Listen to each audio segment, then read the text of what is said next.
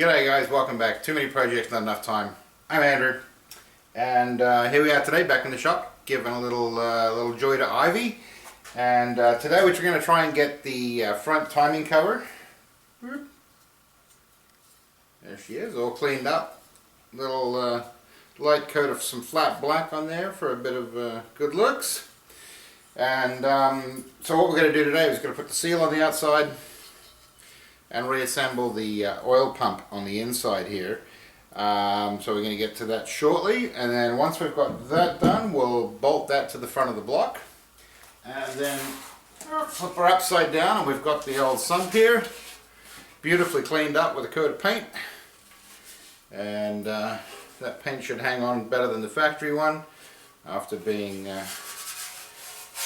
etched in the media blaster, and then super made sure that everything's cleaned out on the inside here, so there's no residues or media blast or anything left inside there either. So anyway, and then once we get that back together, I guess we can drop the lump in, bolt the gearbox to it. Now the gearbox is going to have to come out when we send the firewall off to get galvanized, because we're still waiting for throwout bearings and trying to figure clutch fork out. So the engine's got to come out again. But anyway, we'll put it in so we can get the firewall and get moving on getting more stuff mocked up and fitted up. And let's get the day started. Alright, so here we have all the bits and pieces and bits and bobs. Now all this comes apart and we've cleaned it all up. All these pieces are actually very close tolerance fit. And based on how snug this is, we don't have any problem with wear and tear or the pump being not quite right. So first of all, we're going to repack these so we don't get a dry start with the oil, and there's already some suction and whatnot going on there. So we're going to pack that with some old Vaseline so it stays in there for the long term until we're ready to fire it up. Then it's already pre-primed. And this will just break down in the first lot of oil, which will be changed not long after first fire up, because she's been sitting for a lot of years now, this 4.6.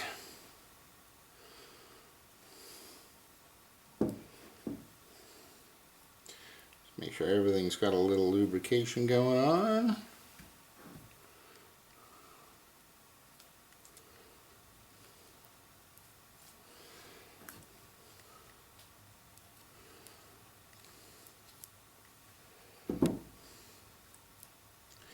And I'm guessing this old engine is going to sit for at least another 6 months before we finally get to get it cranked up and we get the injection and everything sorted out for that.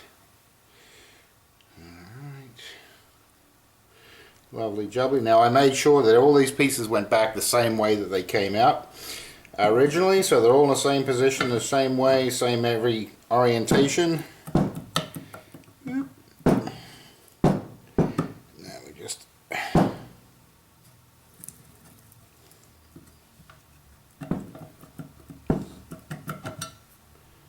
Need to figure that out. There we go. Is it just the thickness of the oil?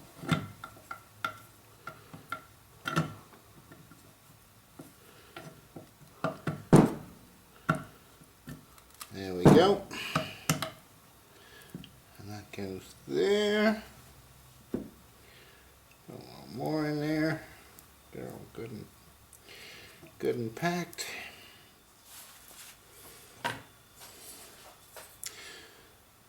There's no gasket or anything in here, it's just basically a bolt-in fit.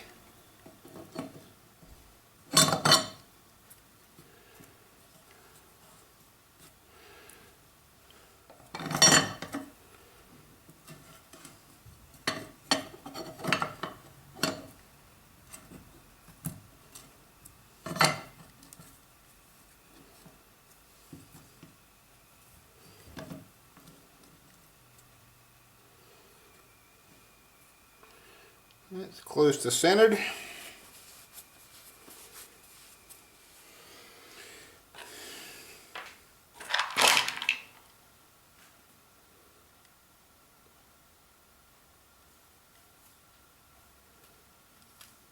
Alright, now we're going to use a little Loctite. Just a little dab of blue.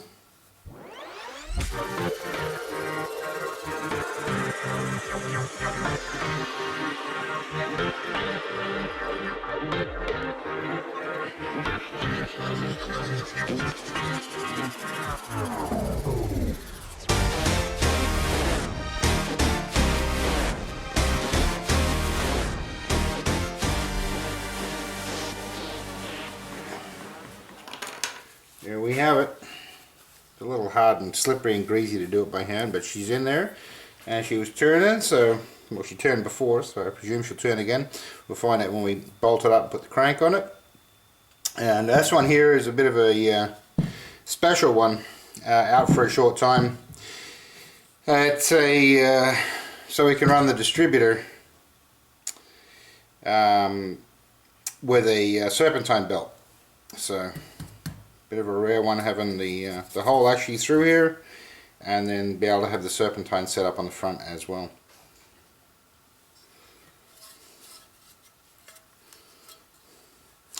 Alright, one last thing before we put it in. Put the new seal on the front.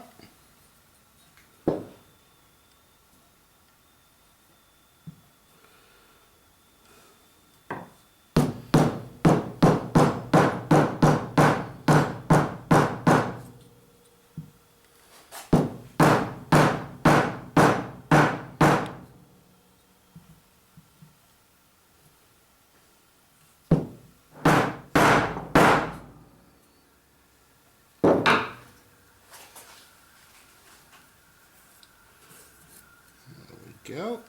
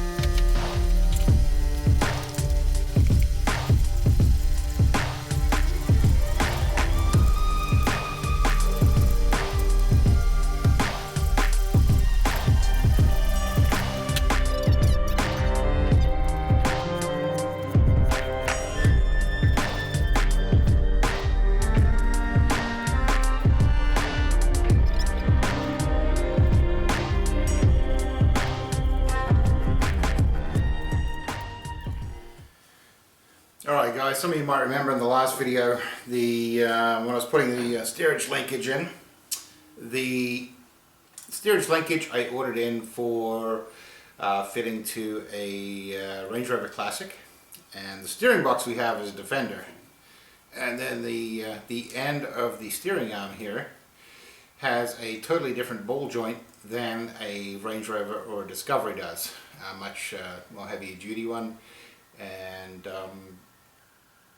so what I figured out, and I happen to have luckily a second right hand drive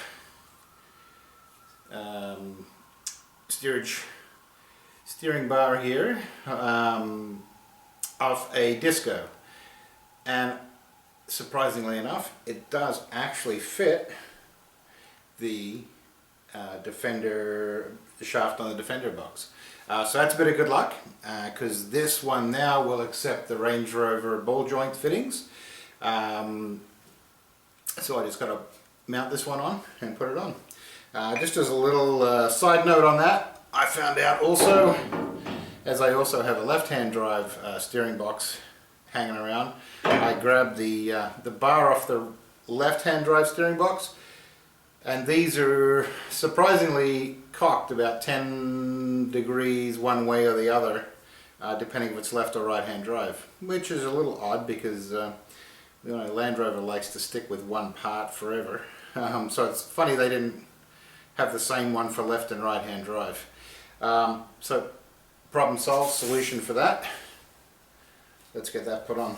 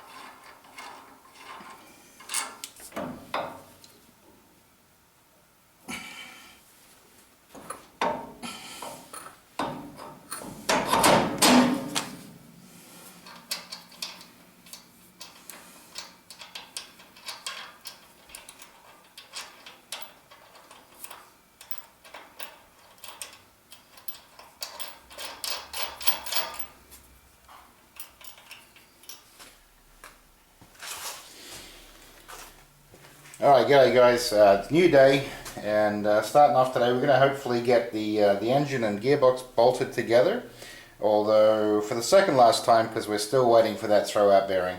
I've been waiting about 3 months now, apparently another 2 months to go for the adjustable throwout bearing. Somewhere else I could get it from, I'm sure, but we're already in it this deep, so we'll just wait for it to arrive. So we're going to assemble the gearbox and engine today, and the fork here. So I couldn't get the original fork for this bell housing. It is a GM product, just a much older GM product, so we got a newer GM fork for a obviously Chevy V8, and basically I compared this to the original one, which a friend of mine actually has, and this is just the equivalent of an original one, just way beefier, with these extra wings. This is just like an original one, but way beefier. So in order to make this work, what we're going to try and do is we're going to trim off a little bit in here and then squish this a little bit tighter to see if we can get that to work. If we can't get it to work, then we'll look for another option. But this was super cheap, and let's see if we can get that to work and actuate and be lined up centered. Let's first get a pen.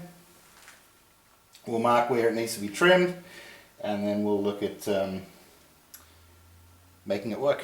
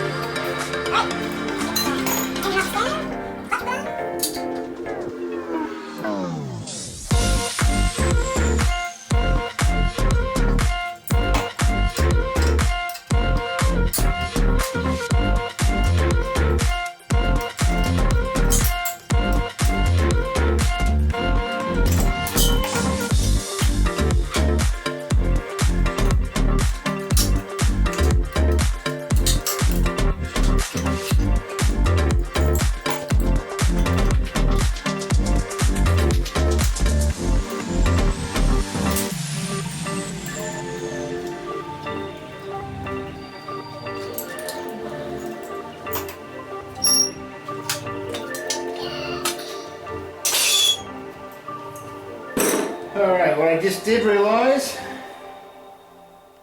is that my socket bits with the Allen key for the torque settings is at the lake. So this is as far as we're getting this weekend with the engine install. Thanks very much for coming. On the next episode, we'll get the clutch on, we'll get the engine connected up, we'll have the right bolts come in, because the M10 bolts, 100mm, we got to mount all the bracketry, came in as fine thread, and I need coarse thread because that's the nuts that I have. The struggles of daily life. Alright guys, thanks for coming. Remember to like and subscribe, and in the next episode we'll get the engine and transmission mated up and we'll get it mounted in the front of the truck. Have a great weekend, stay safe.